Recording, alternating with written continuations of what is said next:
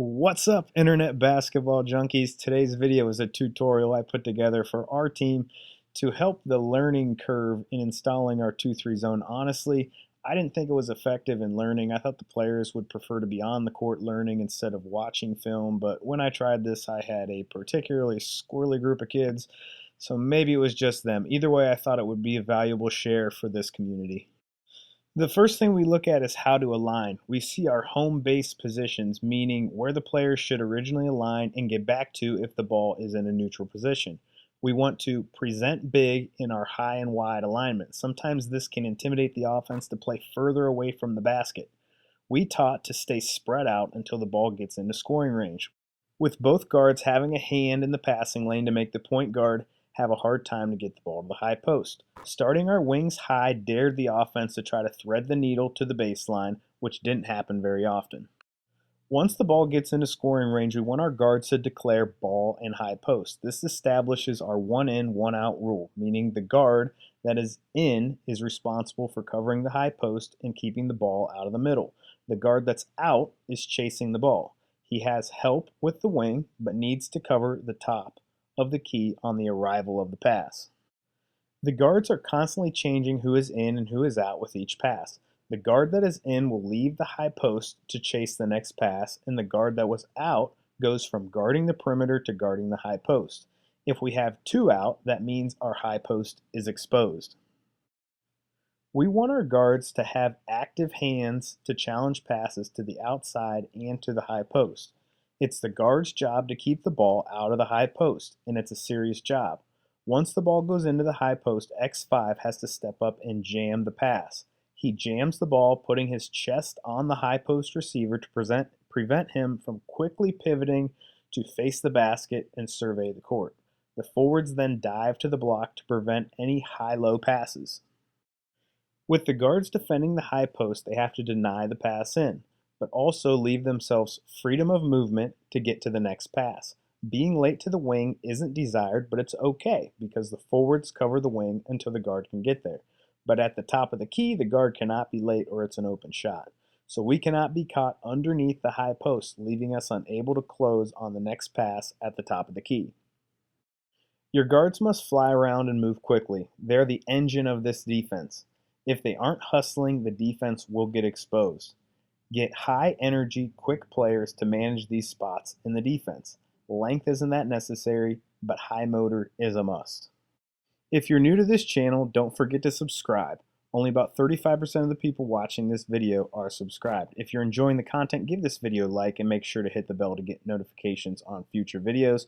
Also, browse my Selfie store. The link is in the description. I have detailed basketball coaching content that I have written.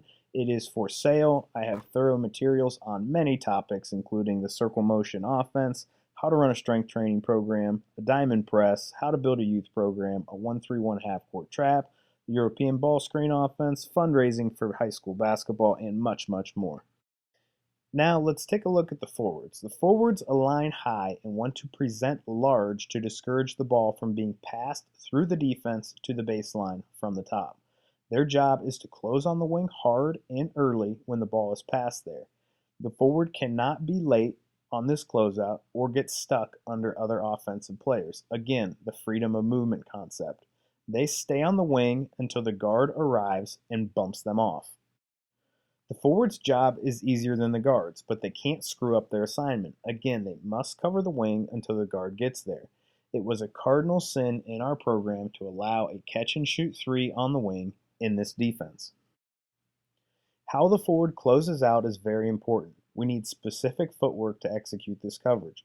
The forward must close out to the wing with his outside foot up and an active hand to contest the outside pass. This accomplishes two things. First, it discourages the quick swing pass to the corner. This is a vulnerable spot when we are in mid-bump. Second, it forces penetration to the middle if the wing wants to drive. We want the penetration forced right into our chasing guard who will be coming from the high post to cover the wing. Consistency with this precision closeout requires tremendous concentration. We didn't normally close out this way in our man-to-man defense, so it was an adjustment, and it's needed every single time in this defense.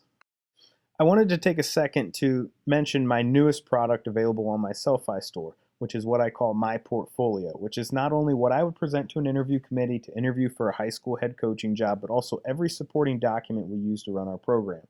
This includes outlines on how to run fundraisers, templates for practice plans, guides to our offensive and defensive schemes, how to run preseason meetings with your parents, and much, much more. Check out the link in the description to see all the content that comes with my portfolio, which is my newest product available on my Sellfy store.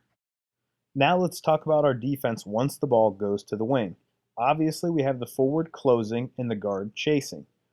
When the forward bumps off, he is to look over his outside shoulder. If there is no one in the corner, he should recover to his home base position. If there is someone in the corner, he should gravitate towards that player, and he is responsible to cover that player should the ball be passed there.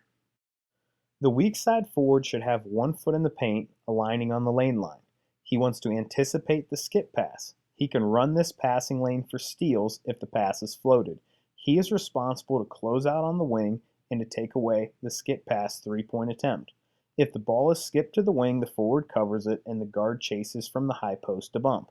If the ball is skipped to the corner, the wing closes and stays on that player.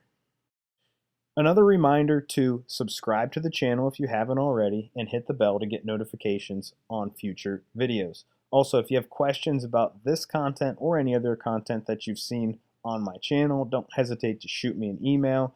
My email is matth@hackenberg.biz. You can find that on the opening screen or the closing screen of this video. Now let's discuss penetration attempts against the zone. These rules were similar to our pack line defensive concept, so it was easy transition for our team. If you play pressure deny man-to-man defense, it can be a tougher adjustment. Guard-to-guard penetration is gapped, so the guard that is out is gapped by the guard that is in. Sideline penetration is gapped by the strong side forward, with a recovery to the wing if the ball is kicked out. If you stick to the corner shooter on sideline penetration in your man defense to take away the corner three, this can be a tough adjustment. Baseline penetration against the forward is shut off by X5. X5 wants to rotate outside of the paint to meet the penetration on the block area.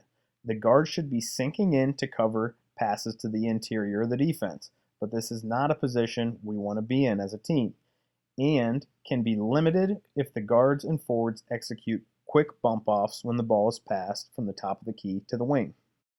Ball screens and dribble handoffs are simply switched, but the penetration needs to be shut down or else the driver can get into the middle of our defense and draw a crowd, enabling kickouts to open shooters. If you're running this defense, you probably have a big man you want to keep in front of the basket. X5 must be the last line of defense against penetration and keep the shot going over top of him and not let the dribbler get around him to the basket. Weak side forwards also have the responsibility of bumping and passing cutters to the middle of the defense. Offenses will often flash to the high post. Cutters can't cut freely. They need to be bumped and passed off to a guard. After bumping and passing, the weak side forward should return to his lane line positioning. As we get close to the end of the video, I'll make the last call. Make sure you like this video, make sure you subscribe to the channel, make sure you hit the bell to get notifications, and make sure you visit my Sellfy store. There's lots of content on there available, I think 10 products in total at this time that lots of other coaches have enjoyed gaining information about specific basketball content that is detailed, usually in video or PDF form. So take advantage of that. Check out the store. The link is in the description. Now let's talk about a pass into the short corner. On the pass to the short corner, it's trapped by the forward in the center, X5. We have to get the ball out of the short corner. We are too vulnerable in this position. The guards must dive to cover any high posts that are diving to the basket. This is common attack against the 2-3 zone. Get the ball to the baseline, dive a big to the middle. The guards then scramble out and would cover any pass out to the perimeter. Set plays can require smart players to make adjustments on the fly. Zone sets are all designed to attack weaknesses in the specific zone. When the offense overloads a zone, we have to make minor positioning adjustments to help out our defense. We don't want to have any of our players defending air, meaning there's no offensive player that they are responsible for. If that's the case, they should make an adjustment in their positioning towards the action that's going on the court. Also, sets to screen the defense require awareness. We need to sniff out screens and get on top of them so we aren't trapped behind them, enabling the offense to find what they want. Thanks for breaking down this 2-3 zone with me. Email me with questions. Have a great day.